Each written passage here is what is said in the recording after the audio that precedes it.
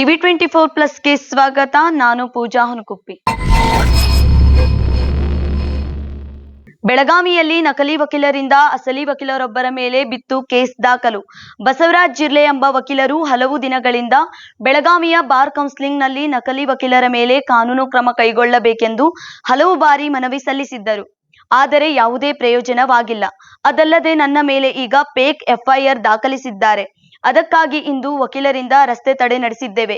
ಈಗಲಾದರೂ ಅವರ ಮೇಲೆ ಕಾನೂನು ಕ್ರಮ ಕೈಗೊಳ್ಳಬೇಕೆಂದು ಒತ್ತಾಯಿಸಿ ನ್ಯಾಯವಾದಿ ಬಸವರಾಜ್ ಜಿರ್ಲೆ ಆಗ್ರಹಿಸಿದ್ದಾರೆ.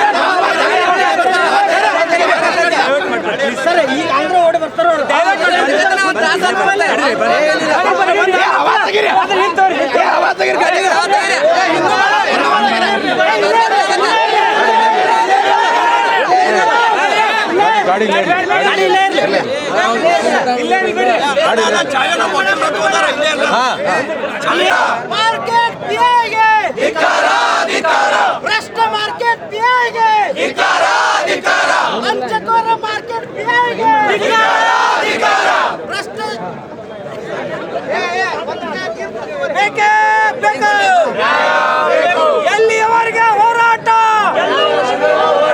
ಎಲ್ಲಿಯವರೆಗೆ ಹೋರಾಟ?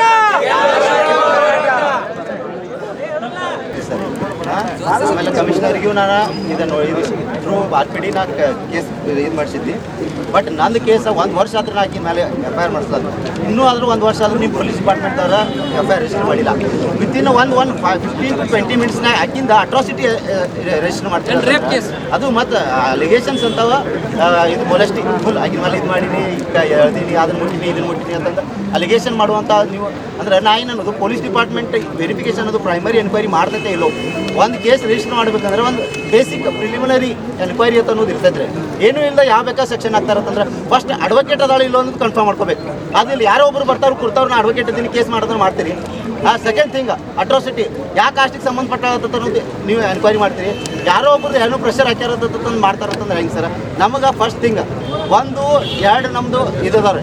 ಒಂದು ಇದ್ರಾಗ ಯಾರು ಕೇಸ್ ಮಾಡ್ಯಾರ ಅವ್ರು ಪೊಲೀಸರು ಸಸ್ಪೆಂಡ್ ಆಗಬೇಕು ಅಂತ ಇಲ್ಲ, ಅದು ಬೇಡ. ಸೆಕೆಂಡರಿ ಇಲ್ಲ, ಆ ಹೆಣ್ಮಗಳ ಮೇಲೆ ಇಮಿಡಿಯೇಟ್ ಆ್ಯಕ್ಷನ್ ತೊಗೋಬೇಕು. ನೀವು ಇಮಿಡಿಯೇಟ್ ಕಸ್ಟಡಿ ತೊಗೋಬೇಕು.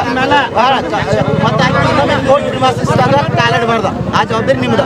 ಸೆಕೆಂಡ್ ಥಿಂಗ್ ಏನ್ರ ಇದ್ರಾಗ ಯಾರು ನಮ್ದ್ರಾಗ ಇನ್ವಾಲ್ವ್ ಆಗ್ಯಾರ ಅವ್ರಿಗೆ ನೀವು ನಮ್ಗೆ ಇನ್ಫಾರ್ಮೇಷನ್ ಕೊಡ್ಬೇಕು. ಯಾರು ಪ್ರೆಷರ್ ಹಾಕ್ಯಾರಂತ ಅದನ್ನು ಕೊಟ್ಟಿರತ್ತಂದ್ರೆ ನಾವು ಇಲ್ಲಿ ಹೇಳ್ತೀವಿ ಸರ್.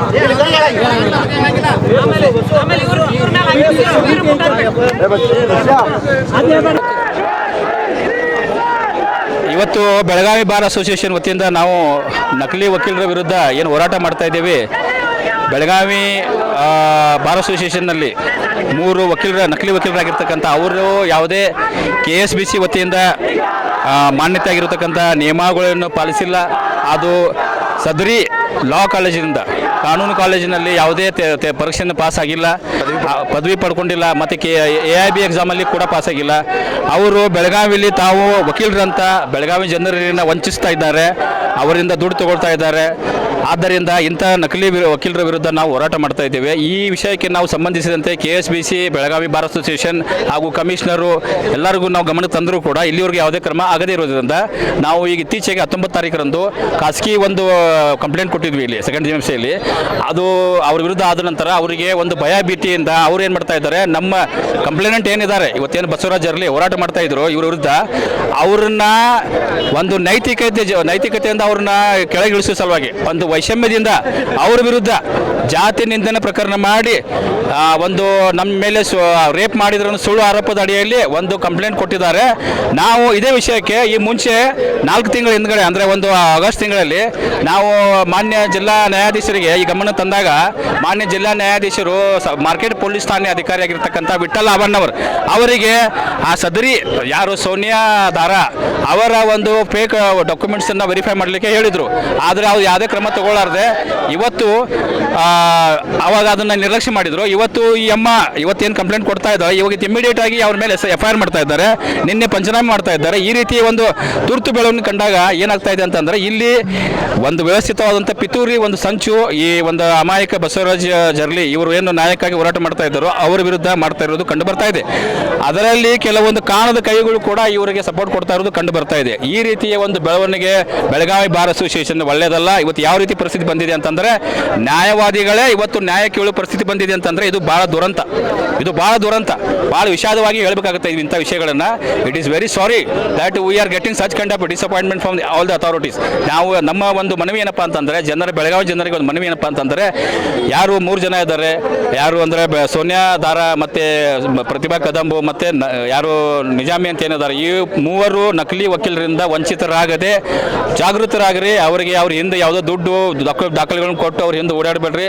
ಅವ್ರ ಬಗ್ಗೆ ಒಂದು ಕಾಳಜಿ ಏನಂತಂದರೆ ಯಾವುದೇ ಒಂದು ಅವ್ರ ಬಗ್ಗೆ ನೀವು ಅವ್ರಿಗೆ ಯಾವುದೋ ಒಂದು ಡಾಕ್ಯುಮೆಂಟ್ ಕೊಟ್ಟು ನೀವು ಅವ್ರ ಹಿಂದೆ ಬೆನ್ನ ತಗೋಬೇಡ್ರಿ. ಯಾಕಂದ್ರೆ ನಾಳೆ ವಕೀಲರು ಇಂಥವ್ರು ಅದಾರ ಅಂತ ನಿಮಗೆ ಈಗ ಗೊತ್ತಾಗೈತಿ, ನಾವು ಗೊತ್ತು ಮಾಡಿಸ್ತಾ ಇದ್ದೇವೆ. ಅದಕ್ಕೆ ಈಗಲೂ ಜಾಗೃತರಾಗ್ರಿ. ಅವ್ರ ಹಿಂದೆ ಬೆನ್ನ ಐತಿ. ಆಮೇಲೆ ವಕೀಲರಿಗೆ ಯಾರೋ ಒಬ್ಬರು ಮಾಡಿರ್ತಾರೆ, ಎಲ್ಲ ವಕೀಲರು ಇರೋದಿಲ್ಲ. ಇಲ್ಲಿ ನಾವೆಲ್ಲ 3 ವರ್ಷ ಕಲಿತು 5 ವರ್ಷ ಕಲಿತು ಹಗಲು ರಾತ್ರಿ ಎಲ್ಲ ಓದಿ ಈ ಮಟ್ಟಿಗೆ ಬಂದಿದ್ದೀವಿ. ಮೊನ್ನೆ ಬಂದವರು ಈ ರೀತಿ ಒಂದು ಲೇಜರ್ ಹಾಕೊಂಡು ಇಲ್ಲಿ ಬಂದು ಸಬ್ಮಿಷನ್ ಮಾಡ್ತಾ ಇರಬೇಕಂತಂದ್ರೆ ವಕೀಲ ವೃತ್ತಿಗೆ ಮತ್ತೆ ಬೆಲೆ ಏನಾಯ್ತು?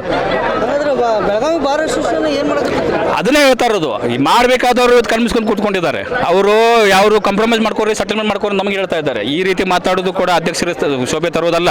ಅದಕ್ಕೋಸ್ಕರ ನಾವು ವೈಯಕ್ತಿಕವಾಗಿ ಇದನ್ನು ಕಂಟಿನ್ಯೂ ಮಾಡ್ತೇನೆ. ಇಂಥ ಬೆಳವಣಿಗೆ ಅಪಾಯಕರನ್ನ ಹೇಳ್ತಾ ಇದ್ದೇನೆ. ದಯವಿಟ್ಟು ಯಾರಿಗೆ ನಾವು ಇವತ್ತು ನ್ಯಾಯ ಕೇಳ್ತಾ ಇದ್ದೀವಿ ಅಂತಂದರೆ ಅವ್ರ ವಿರುದ್ಧ ಕ್ರಮ ತಗೋಬೇಕು. ಯಾರು ನಕಲಿ ವಕೀಲರಿದ್ದಾರೆ ಅವ್ರನ್ನ ಇಲ್ಲಿ ಪ್ರಾಕ್ಟೀಸ್ ಮಾಡೋಕ್ಕೆ ಅಲೋ ಮಾಡಬಾರ್ದು. They should be totally banned unless and until they are not going to clear their examination and they are not suppose to get the document. ಮತ್ತು EIB ಎಕ್ಸಾಮ್ ಪಾಸ್ ಆಗಿದೆ, ಎಲ್ಲರೂ ಹಂಗೆ ಬಂದಿಲ್ಲ ಪ್ರಾಕ್ಟೀಸ್ ಮಾಡಕತ್ತಂದ್ರೆ then what is the use up? Where are the profession ethics? ಮತ್ತೆಲ್ಲ ಎಲ್ಲಿ ಹೋಯ್ತು ಅಂದರೆ ನಾವು ಅದನ್ನೇ ಕೇಳೋದು, ಅದನ್ನೇ ಹೇಳ್ತಾ ಇರೋದು. ಇವತ್ತು ದುರಂತ ಏನಪ್ಪ ಅಂತಂದರೆ ನ್ಯಾಯವಾದಿಗಳಾಗಿ ನ್ಯಾಯ ಕೇಳುವಂಥ ಪರಿಸ್ಥಿತಿ ಬಂದಿದೆ ಅಂತಂದರೆ ಇದು ಈ ಮಟ್ಟಿಗೆ ತಂದು ಇಟ್ಟವ್ರು ಯಾರು? ಇದು ಮಟ್ಟಿಗೆ ತಂದು ಇಟ್ಟವ್ರು ಯಾರಪ್ಪ ಅಂತಂದರೆ ಮತ್ತೆ ಜನಸಾಮಾನ್ಯ ನಾವೇ ನ್ಯಾಯ ಕೊಡ್ತೀವಿ.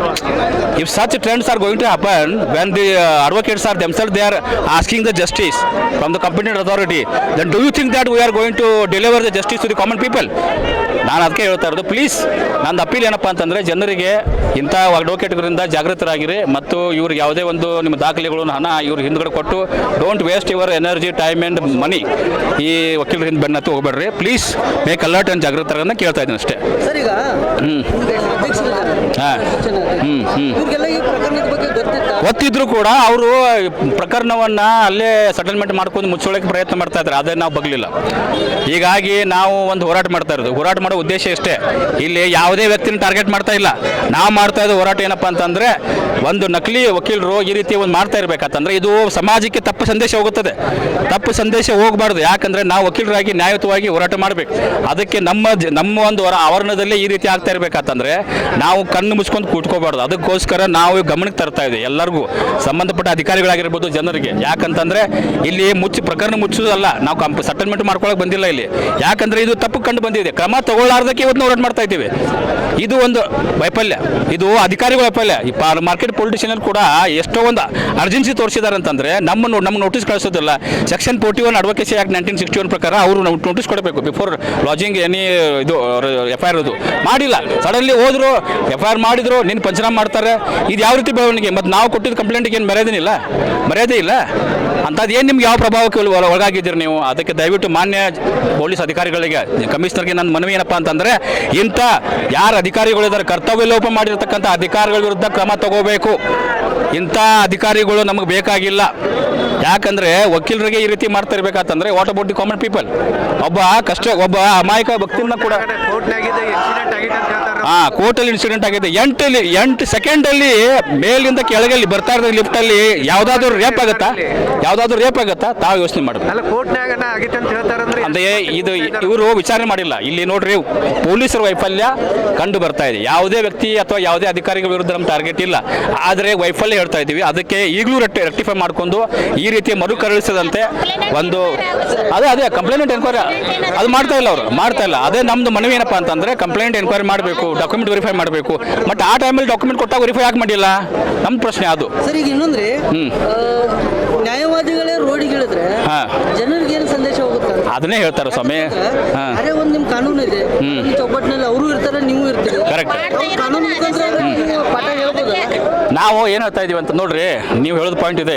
ನಾವು ನ್ಯಾಯವಾದಿಗಳು ಈ ರೀತಿ ರೋಡ್ಗೆ ಇಳಿದ್ರೆ ಜನಸಾಮಾನ್ಯ ತೊಂದರೆ ಆಗ್ತಿರೋದು ಆ ಅಂಶ ನಾನು ಒಪ್ತೀನಿ, ಇಲ್ಲ ಅಂತ ಇಲ್ಲ. ಆದರೆ ಯಾಕೆ ನಾವು ಹೋರಾಟ ಮಾಡ್ತೇವೆ, ಯಾಕೆ ಬರುವಂಗೆ ಆಯ್ತು ಇವಾಗ ರೋಡಲ್ಲಿ ಬಂದು ನಾವು ಕೇಳುವಂಥದ್ದು ಯಾಕೆ ಆಯ್ತು ಅಂದರೆ, ನಮ್ಮವರು ಸಂಬಂಧಪಟ್ಟ ಅಧಿಕಾರಿಗಳು, ಪೊಲೀಸ್ ಠಾಣಾಧಿಕಾರಿಗಳು ಯಾರು ಕ್ರಮ ತಗೊಂಡಿಲ್ಲ. ನಾವೆಲ್ಲಿ ಹೋಗಬೇಕು? ಈಗ ಜನಸಾಮಾನ್ಯರು ನ್ಯಾಯ ಕೇಳಿ ನ್ಯಾಯಾಲಯಕ್ಕೆ ಬರ್ತಾರೆ. ಈಗ ನಾವೇ ಅಲ್ಲೇ ಇರ್ತೀವಿ, ನಮಗೆ ನ್ಯಾಯ ಸಿಗ್ತಾ ಇಲ್ಲ. ನಾವು ಅಲ್ಲಿ ಬಿಟ್ಟು ಇವತ್ತು ಇಲ್ಲಿ ರೋಡ್ ಮೇಲೆ ಬಂದಿದ್ದೀವಿ. ಯಾಕಂತಂದ್ರೆ ನ್ಯಾಯ ಕೇಳೋ ಸಲುವಾಗಿ. ನಮಗೆ ಯಾರಿಗೂ ತೊಂದರೆ ಮಾಡಬೇಕನ್ನೋ ಉದ್ದೇಶ ನಮಗಿಲ್ಲ. We are not here to disturb the peace and harmony of the society. ನಾವು ಕೇಳ್ತಾ ಇರೋದಷ್ಟೇ ನ್ಯಾಯ ಕೇಳ್ತಾ ಇದ್ದೀವಿ. ಅದಕ್ಕೆ ಜನರಿಗೆ ತೊಂದರೆ ಆಗಿದೆ, ನಾವು ಕ್ಷಮನೂ ಕೇಳ್ತೀವಿ. ಆದರೆ ದಯವಿಟ್ಟು ಅಧಿಕಾರಿಗಳು ತಮ್ಮ ಕರ್ತವ್ಯ ನಿಷ್ಠೆ ಮಾಡಬೇಕು. ಯಾವುದೇ ಒಂದು ಪ್ರಲೋಭಕ್ಕಾಗಲಿ ಒತ್ತಡಕ್ಕಾಗಲಿ ಒಳಗಾಗಬಾರ್ದು. ಒಂದು ನಿಷ್ಠೆಯಿಂದ ಅದನ್ನು ಕರ್ತವ್ಯ ಮಾಡ್ಬೇಕಂತ ಹೇಳ್ತಾ ಇದ್ದೀವಿ ಅಷ್ಟೇ. ವಿಠ್ಠಲ್ ಉಪ್ರಿ, ಬೆಳಗಾವಿ.